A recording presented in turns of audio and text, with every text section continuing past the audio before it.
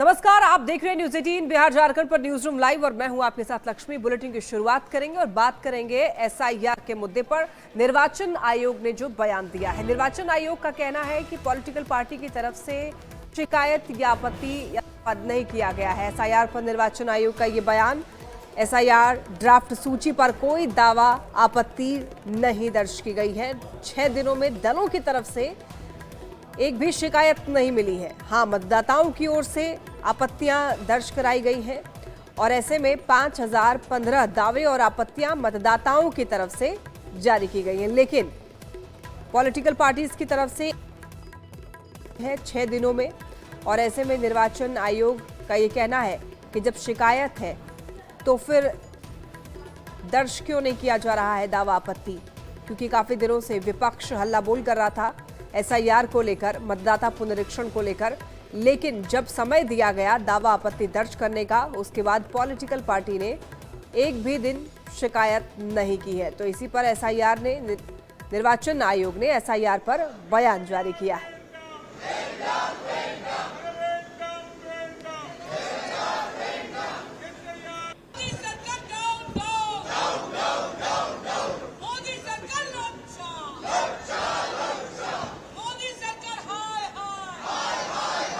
तस्वीरें आप ये देख रहे हैं, संसद के बाहर की ये तस्वीर। विपक्ष जोरदार हंगामा कर रहा है और मोदी सरकार के खिलाफ हल्ला बोल कर रहा है।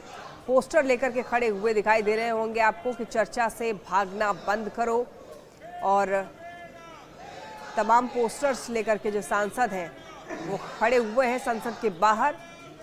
एसआईआर के मुद्दे को लेकर के भी विपक्ष लगातार हल्ला बोल कर रहा है। बड़े बड़े पोस्टर्स लेकर के मोदी सरकार के खिलाफ हल्ला बोल जारी है।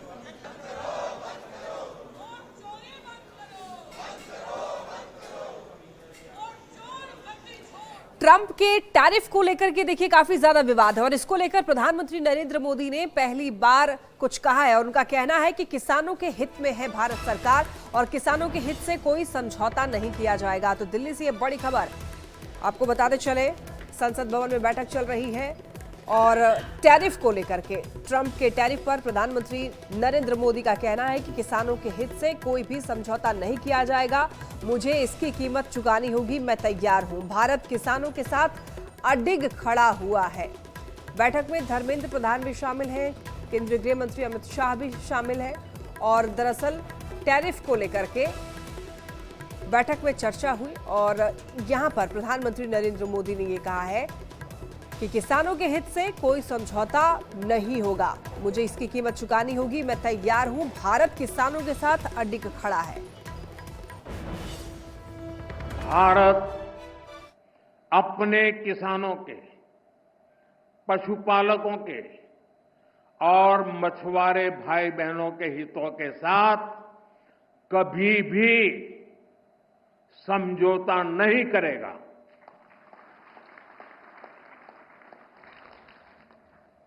और मैं जानता हूं व्यक्तिगत रूप से मुझे बहुत बड़ी कीमत चुकानी पड़ेगी, लेकिन मैं इसके लिए तैयार हूं। मेरे देश के किसानों के लिए, मेरे देश के मछुआरों के लिए, मेरे देश के पशुपालकों के लिए आज भारत तैयार है। और दिल्ली से इस वक्त एक बड़ी खबर मिल रही है। देखिए, टैरिफ को लेकर के एक बड़ी बैठक हो रही है। संसद भवन में ये बैठक आयोजित की गई है जहां पर जो ट्रंप ने टैरिफ लगाया है उसको लेकर के चर्चा हो रही है। तो संसद भवन में बैठक चल रही है। ये बैठक अपने आप में बहुत ही महत्वपूर्ण है। देखिए, रक्षा मंत्री राजनाथ सिंह के दफ्तर में बैठक, और आपको बता दें केंद्रीय गृह मंत्री अमित शाह भी इस बैठक में शामिल हैं। बैठक में धर्मेंद्र प्रधान भी शामिल हैं और अमेरिका ने जिस तरीके से टैरिफ लगाया है, टैरिफ परसेंटेज को लेकर के ये बैठक हो रही है। और ऐसे में प्रधानमंत्री नरेंद्र मोदी ने भी अपना सुर जो है वो साफ कर दिया है। उनका कहना है कि किसानों के हित से कोई समझौता नहीं होगा और मुझे इसकी कीमत चुकानी होगी, मैं तैयार हूं। भारत किसानों के साथ अडिग खड़ा है। अमेरिकी टैरिफ पर यह बड़ी बैठक।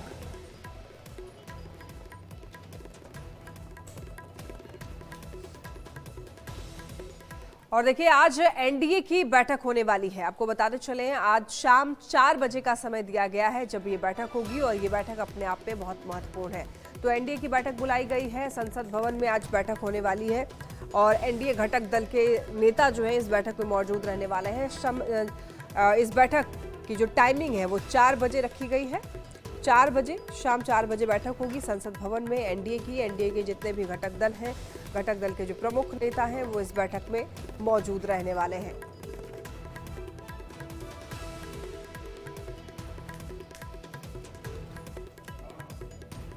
एनडीए घटक दल के नेता मौजूद रहेंगे। शाम 4 बजे बैठक होने वाली है संसद भवन में। एनडीए की ये बैठक है, अपने आप में ये बैठक बहुत ही महत्वपूर्ण है। संसद भवन में आज एनडीए की शाम 4 बजे बैठक होने वाली है, जिसमें कि एनडीए घटक दल के प्रमुख नेता शामिल होने वाले हैं।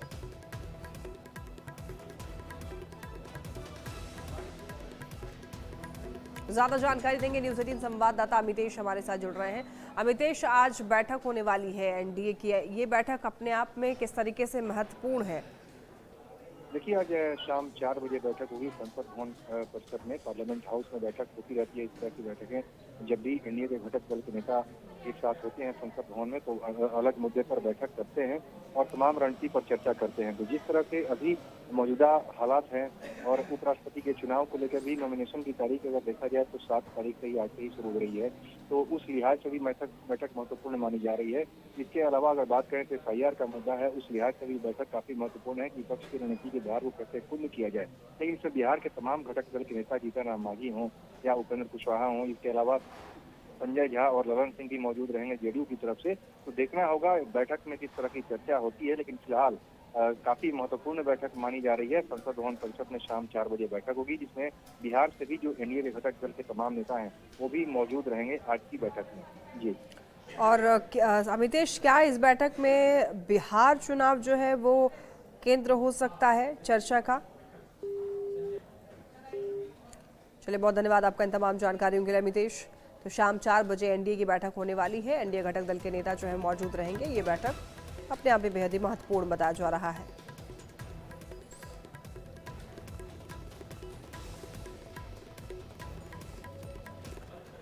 और देखिए, कांग्रेस भी खूब तैयारी कर रहा है बिहार चुनाव को लेकर के। आपको बताते चलें कि पटना में 13 और 14 तारीख को बैठक होने वाली है और चुनावी तैयारियों में कांग्रेस भी पूरी तरीके से जुट चुकी है। तो कांग्रेस की बिहार चुनाव की तैयारी, पटना में देखिए 13 और 14 अगस्त को बैठक होगी। उम्मीदवारों से आवेदन लिया जाएगा। चुनाव लड़ने वाले जितने भी इच्छुक उम्मीदवार होंगे वो आवेदन देंगे। आवेदन पर स्क्रीनिंग कमेटी केंद्रीय आलाकमान से अनुशंसा करेगी। अजय माकन है स्क्रीनिंग कमेटी के चेयरमैन और ज्यादा जानकारी देंगे न्यूज़ 18 संवाददाता संजय हमारे साथ जुड़ रहे हैं। संजय, देखिए, कांग्रेस स्क्रीनिंग कमेटी की बैठक करने वाली है, एक बार पूरी जानकारी दीजिए किस तरीके से तैयारियां जो है कांग्रेस कर रही है चुनाव को लेकर।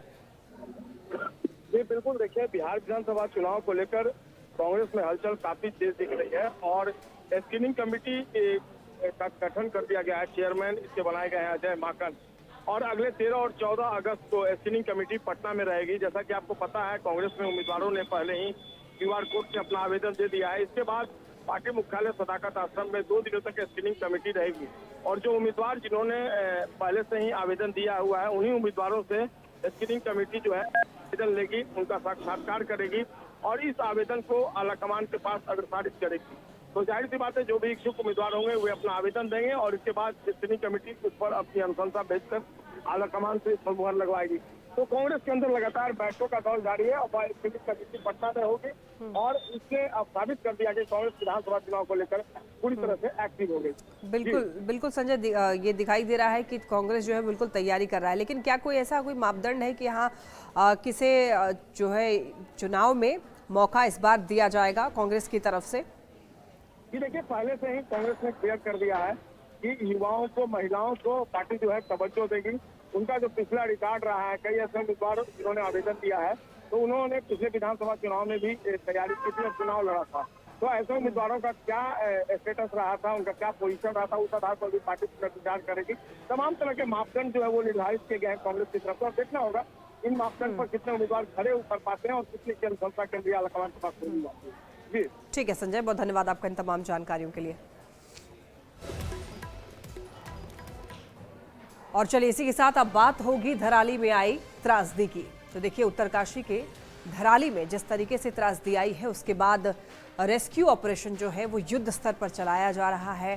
प्रशासन की तरफ से सारी कोशिशें जो है वो की जा रही हैं और आपको बता दें कि यहाँ पर जिस तरीके से आसमानी आफत आई उससे लोग तबाह हो गए। रेस्क्यू टीम को यहाँ पर युद्ध स्तर पर उतारा गया है। आपको बता दें कि पूरा गांव जो है मलबे का ढेर बन गया है। कुछ मकानों की तो सिर्फ छतें दिखाई दे रही हैं। धराली में बड़े बड़े पत्थरों का ढेर लगा है और पूरे इलाके में देखिए बड़े बड़े बोल्डर दिख रहे हैं जिन्हें हटाना बड़ी ही चुनौती है।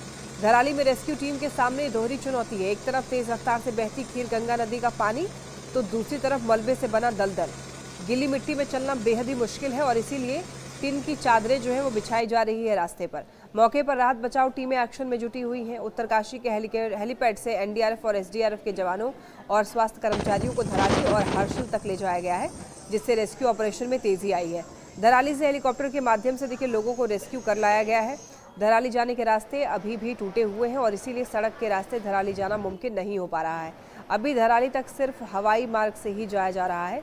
रेस्क्यू ऑपरेशन में कई हेलीकॉप्टर लगाए गए हैं। यात्रा मार्ग बाधित होने की वजह से फंसे हुए लोगों को उत्तरकाशी के मातली हेलीपैड सुरक्षित लाया जा रहा है। ये तस्वीरें आप देख सकते हैं। एक तस्वीर जहां पर जो त्रासदी आई है, जहां पर मलबा ही मलबा आपको दिखाई दे रहा होगा और बाकी दो तस्वीरें आप देख पा रहे होंगे कि यहाँ पर एनडीआरएफ, एसडीआरएफ रेस्क्यू टीमों को तैनात किया गया है। और तीसरी तस्वीर ये दिखाता है कि यहाँ पर हेलीपैड के जरिए जितने लोगों को मदद पहुँचाई जा सकती है उनको मदद की जा रही है। क्योंकि यहाँ पर रास्ते जो है बंद पड़े हुए, टूटे हुए हैं, रास्ते पर बोल्डर हैं, इसकी वजह से रास्ते से वहाँ पर आवाजाही करना बेहद ही मुश्किल है और यहाँ पर हवाई जो सफ़र है वो किया जा रहा है ताकि जितने लोगों को बचाया जा सके, जो लोग मलबे से जिनको निकाला जा सके, पूरी कोशिश जो है वो की जा रही है। 4 टीमें हैं, लेकिन चूंकि रास्ता जैसा सबको मालूम है कि सड़क टूटी होने की वजह से नहीं पहुंच पाए हैं। लेकिन कल जो हेलीकॉप्टर्स के माध्यम से 35 लोग पहुंच चुके हैं और अभी हमारे जो मॉर्निंग से आप देख रहे हैं हेलीकॉप्टर्स जाने शुरू हैं, उसमें हमारे लोगों की आवागमन शुरू हो गई है। साथ ही वहाँ पर जो कम्युनिकेशन का इशू था, आज सुबह ही हमारा जो एक QDA होता है उसने भी काम करना शुरू कर दिया। कुछ सैटेलाइट फ़ोन भी हमारे वहाँ पे काम कर रहे हैं, जो कि इस ऑपरेशन में एक बहुत बड़ी मददगार साबित होगी। बाकी वहाँ पर पूरा स्टेट एडमिनिस्ट्रेशन, आर्मी, ITBP और NDRF, SDRF सभी इवन स्थानीय लोग काफ़ी मिलकर इस आपदा का सामना करने में एक दूसरे की मदद कर रहे हैं। जो मिसिंग पर्सन्स हैं उनके बारे में जो भी जानकारी मिल रही है, सूचना मिल रही है, उस हिसाब से जो भी रेस्क्यू वर्क एक्सपेक्टेड है वो किया जा रहा है। इसके अलावा जो हमारी मेन टीम है जो एडवांस इक्विपमेंट्स को कैरी कर रही है, जो कि यहाँ पर काफ़ी यूज़फुल रहेंगे, वो क्योंकि जगह जगह लैंडस्लाइड है, उसे पहुँचने में थोड़ा दिक्कत हो रहा है। भारी इक्विपमेंट्स हैं, एडवांस इक्विपमेंट्स हैं। मुझे उम्मीद है कि कुछ समय में वो भी पहुँच जाएगी। उसके बाद जो रेस्क्यू का काम है और तेज़ी से हो पाएगा।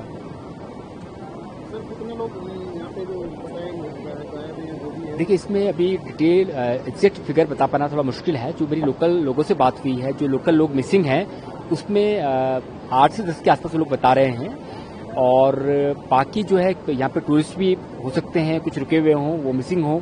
इसके अलावा बता रहे हैं कि कुछ कंस्ट्रक्शन का काम चल रहा था, कुछ लेबर है वो भी मिसिंग हो सकती है। काशी के धराली में आई त्रासदी के बाद वहां पर स्थिति जो है वो काफी ज्यादा दयनीय है, क्योंकि गांव का गांव जो है वो बह गया है आसमानी आफत से। ऐसे में सड़कें टूटी हुई हैं, हर जगह मलबे गिरे हुए हैं और रेस्क्यू ऑपरेशन युद्ध स्तर पर चल रहा है। इसी बीच न्यूज़ 18 की टीम ग्राउंड जीरो पर पहुंची और न्यूज़ 18 की टीम ने ये देखा कि रास्ते जो है ब्लॉक हुए पड़े हैं, हर जगह पत्थर ही पत्थर है, बड़े बड़े बोल्डर न्यूज़ 18 की टीम ने देखा है। निकले हैं अपने मिशन के लिए, क्योंकि गंगनानी के लिए करीब बटवारी से करीब 8 से 9 किलोमीटर का रोड है, भले ही बीच में वासवा रोड का है। और हमारे साथ एक भाई साहब हैं जिनसे हमने लिफ्ट ली है। सर, क्या नाम है आपका? गुलाम रसूल। इनका यहाँ पे दूध का बड़ा कारोबार है, क्योंकि इनकी जो फैमिली वगैरह है वो यहाँ पे गुज्जर का काम करते हैं। आप गुज्जर हैं यहाँ पे? तो हाँ, वन गुज्जर। हाँ, ये वन गुज्जर हैं और यहाँ पे दूध का इनका बड़ा काम है। यहाँ से ये दूध नीचे तक पहुँचा रहे थे, तो हमने इनसे लिफ्ट मांगी तो उन्होंने हमें लिफ्ट दी और इनके साथ आज हम गंगनानी तक इसी तरीके से पहुँचे हैं। और गंगनानी से आज हम उम्मीद रखेंगे कि हम जो आपदाग्रस्त इलाका है वहाँ तक पहुँचने की पूरी कोशिश करेंगे। तो चलते हैं, देखते हैं कहाँ तक हम पहुँच पाते हैं, क्योंकि आगे गंगनानी के आगे फुल टूर तो रखा है। कल भी हमने आपको दिखाया था, आज हम दोबारा पहुँचे हैं, फिर वहाँ से आगे देखते हैं किस तरीके। फिलहाल मैं उसी स्थान में पहुंच चुका हूं जहां पे कल था। यहाँ पे अभी भी आप देख सकते हैं जो बरसाती ये गदेरा था कितना उफान पे है। इस उफान के चलते हमारा रास्ता यहाँ पे रुक चुका है क्योंकि पुल ये बह चुका है। कल भी मैं यहीं तक पहुँच पाया था।